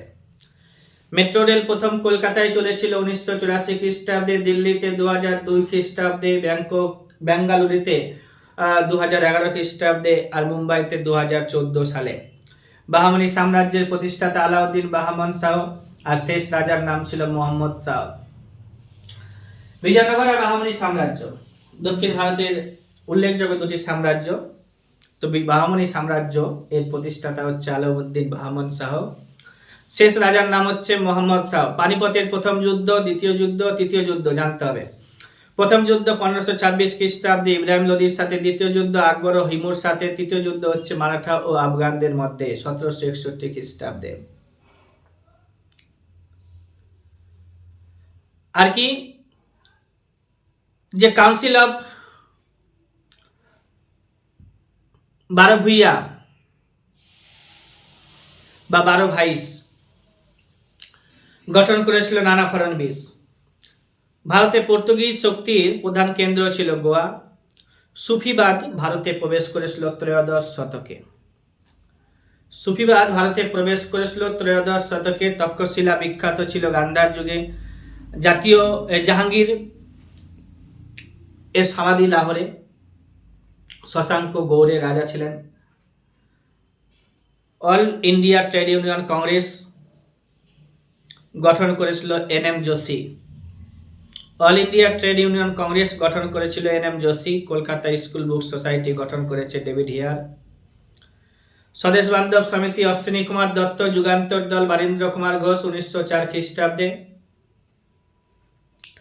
মিত্র মেলা বা অভিনব ভারত বিনায়ক দামোদর সাভারকার। ঢাকা অনুশীলন সমিতি হচ্ছে পুলিন বিহারী দাস। ঢাকা অনুশীলন সমিতি কার? তো পুলিন বিহারী দাসের। India House Shyamji Krishna Varma. আজাদিন ফৌজ প্রতিষ্ঠাতা রাসবিহারী বোস। 1942 খ্রিস্টাব্দে আজাদিন ফৌজ তৈরি হয়েছিল। প্রধান সেনাপতির নাম ক্যাপ্টেন মোহন সিং। নেতাজি কর্তৃক দায়িত্ব গ্রহণ 1943 খ্রিস্টাব্দে 25 তারিখে অগাস্ট মাসে। এরা 6টা ব্রিগেড তৈরি করেছিল। First Englishman to visit western India. First Englishman to visit western India, তার নাম হচ্ছে Thomas Stephen. First English ship that came to India, Red Dragon. First European to set up trade centre in India, Portuguese. First European to set up trade with India, in India, the Portuguese. First Portuguese viceroy in India, Francisco de Almeida. India wins freedom Maulana Abul Kalam Azad এর রচনা। পর্তুগিজরা হুগলিতে তাদের বাণিজ্য কুঠি স্থাপন করেছিল। Vasco da Gama 1498 খ্রিস্টাব্দে ভারতে সমুদ্রপথ আবিষ্কার করেছিল। পর্তুগিজরা প্রথমে কোচিনে কুঠি বা ফোর্ট নির্মাণ করেছিল। ভাস্কো দা গামা 3বার ভারতে এসেছিল, সবার শেষে এসেছিল যারা ফরাসিরা এবং সবার আগে চলে গেছে। ব্ল্যাক হোল ট্র্যাজেডি সিরাজউদ্দৌলা গঠন করেছিল। ক্যাসিউ নাট, পাইনঅ্যাপল, টোবাকো এগুলো পর্তুগিজদের দ্বারা ভারতে ইন্ট্রোডিউস হয়েছে। ডাচরা প্রথম কোচিনে কুঠি নির্মাণ করেছিল। ভারতের মার্টিন লুথার বলা হচ্ছে স্বামী দয়ানন্দ সরস্বতীকে। রামকৃষ্ণ মিশন তৈরি করেছিল স্বামী দয়ানন্দ সরস্বতী, রামকৃষ্ণ মিশন তৈরি করেছিল স্বামী বিবেকানন্দ। আর theosophical society madame Blavatsky and colonel Olcott, back to Vedas Swami Dayananda Saraswati, তার আসল নাম হচ্ছে মূলাশঙ্কর। পার্টিশন অফ বেঙ্গল 1905 খ্রিস্টাব্দে প্রথম গোলটেবিল বৈঠক বা প্রথম বৈপ্লবিক আন্দোলন দেখা দিয়েছিল কোথায়? তো মহারাষ্ট্রতে। মুজফ্ফরপুর বোমকেশ, প্রফুল্ল চাকি আরো ক্ষুদিরাম বসুর নাম পাবে এখানে। খিলাফত আন্দোলনের নেতারা ছিল মোহাম্মদ আলী ও শৌকত আলী, দুই ব্রাদার্স। গদর দল মারতে চেয়েছিল লর্ড হার্ডিঞ্জকে। আইএনএ আইনজীবীরা ছিল INA, Indian national army, Naval army, ওদের কেস লড়েছিল যে সমস্ত আইনজীবীরা।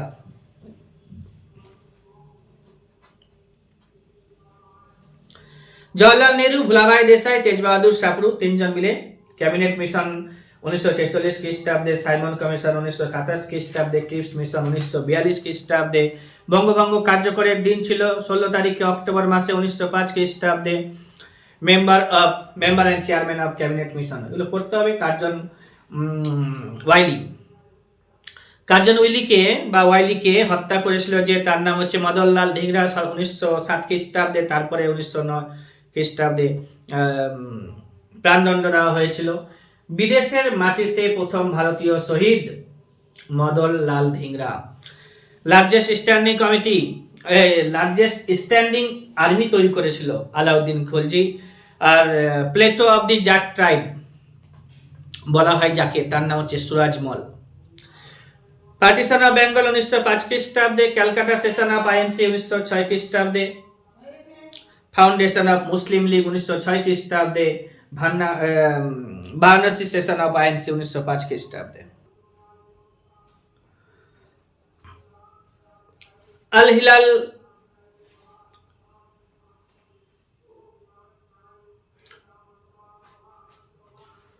পত্রিকা মৌলানা আবুল কালাম আজাদের। ইয়ং ইন্ডিয়া হচ্ছে গান্ধীজির, নিউ ইন্ডিয়া হচ্ছে অ্যানি বেসান্তের, বোম্বাই ক্রনিকাল ফিরোজ শাহ মেহতা।